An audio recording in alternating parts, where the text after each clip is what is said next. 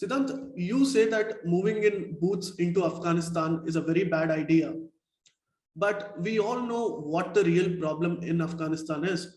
It is Pakistan's repeated attempts to gain a strategic depth in Afghanistan. Right. The international community has also been failing to take any solid action against Pakistan. And recently, just 1 or 2 days ago, they even denied a drone base to America. So, in terms of the anger that is being resented against Pakistan, and not just from Hazaras or Pashtuns or any other communities, but it's the global community as one who is voicing an opinion against Pakistan. What do you think will be done in the next few days against Pakistan? Will there be any concrete action taken?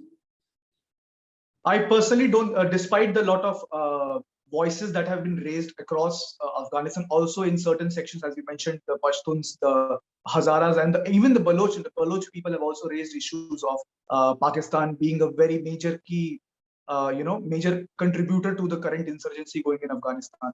So yes, that is a reality again. Pakistan is undeniably a very important regional actor in the region.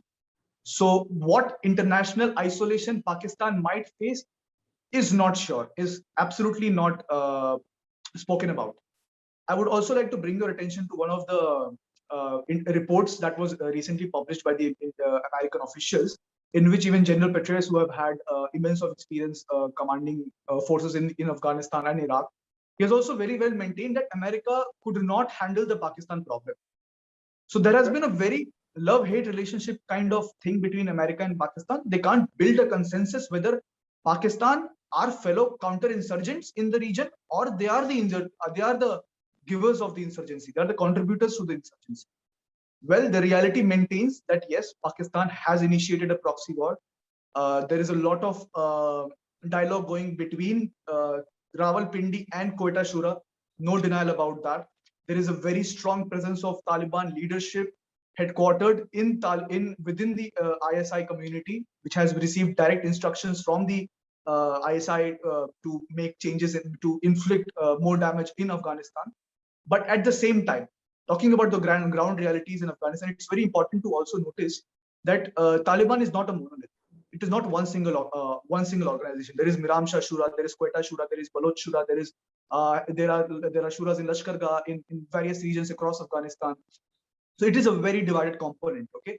Right. What implications happen in Doha office is not actually experimented on the ground. On the ground, realities tend to be very different, and what the Doha office maintains on an international level is very different. Okay, whatever happening right now is open to all. It's very vivid, very clear that there is an international recognition of Pakistan's proxy war in Afghanistan, which indeed is true.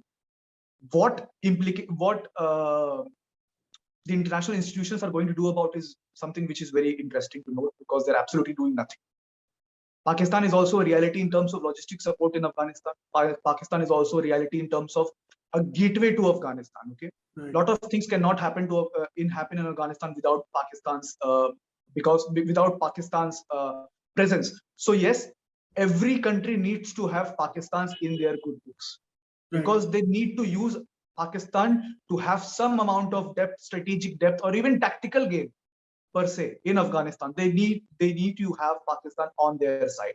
So yes, I really don't think any isolation of Pakistan on an international level is going to happen anytime soon. That's the very sad reality we are facing right now. And it is also very important to notice that Taliban are not just Pakistani proxy forces; they're also Pashtun nationalists. So how much independent they are of Pakistan, how much instructions do they take from Taliban, that is from Pakistan, the ISI, it is also important to note. Often it is said that Pakistan's views and the Taliban views run parallel to each other. So it is, again, as I said, it is a monolith. The eastern Afghanistan has a different council that runs, that does operations based out of Rawalpindi or Quetta. On the southern provinces, if you see, there is a different organization within the Taliban which does the operations. Haqqani network is nowhere to be seen, to be very honest, which was considered to be the military wing of ISI in Afghanistan. So these are the developments, and Pakistan is very, very much responsible.